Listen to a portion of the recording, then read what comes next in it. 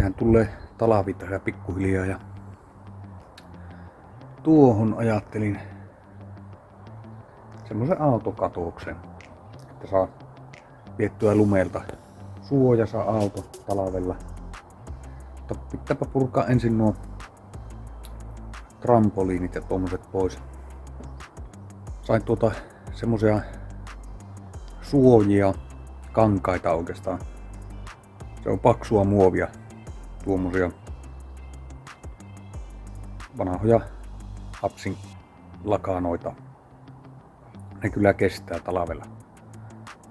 Hyvinkin lunta on niin paksua ja painoakin kestää, niin ruvetaanpa niistä värkkää jotain. Ja sitten on puutavaraa, tehdään siitä se runko tuohon maahan.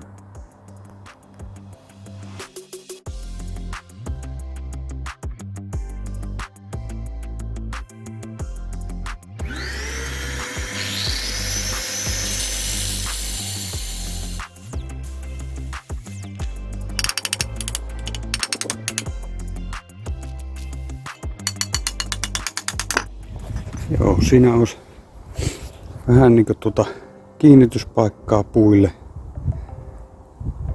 Mutta nämähän muuttuu aina tässä tehtäessä, niin saapa nähdä. Pitäisi olla ihan vaaterisakin melkein.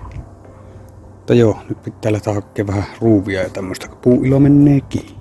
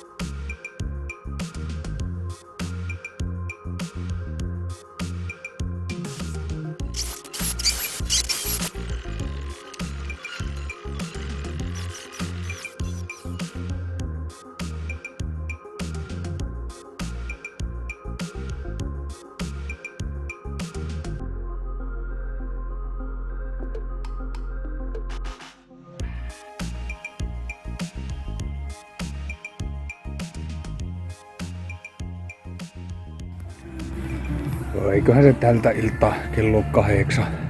On siinä runko pystyssä. Miten se ottaa näin kauan aina aikaa? No, on nämä pohjat ja tämmöset tehty ja huomenna lyödään nuo ressut tuohon päälle.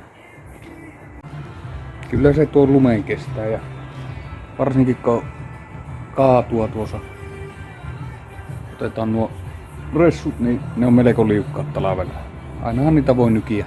Tehdään semmonen lapio sitten talveksi. Joo, katsotaan vielä se ovi. Teenkö sen verhotangoilla vai ihan vaan jotenkin, että saa sen tuonne kiinni. Pian olleen talvikunnossa ja pihaa. Joo. Hyvin se tuo emäntä pysyy hommissa mukana vaikka.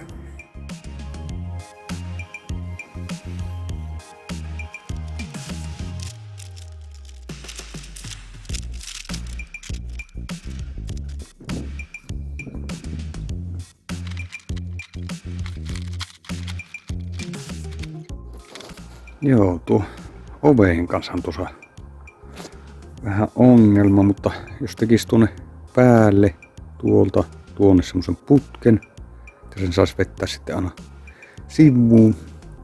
Mulla on näitä trampoliinin vanhoja putkia. Niin vetästään tuosta tuommoinen sopivaan kokkoon ja voitais melkein hitsata kiinnikkeet noin päin. No niin, siitä oviin.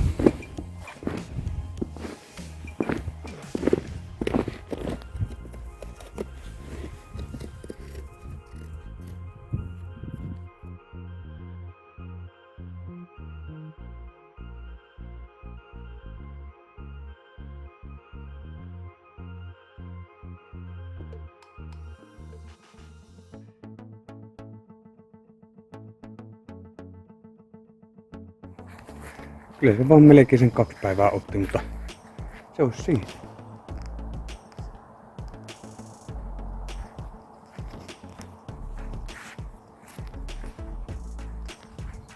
Pitäis kestää kyllä lumikuorun.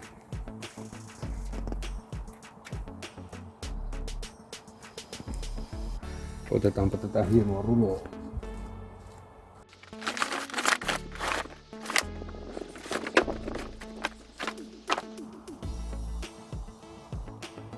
Siinähän se.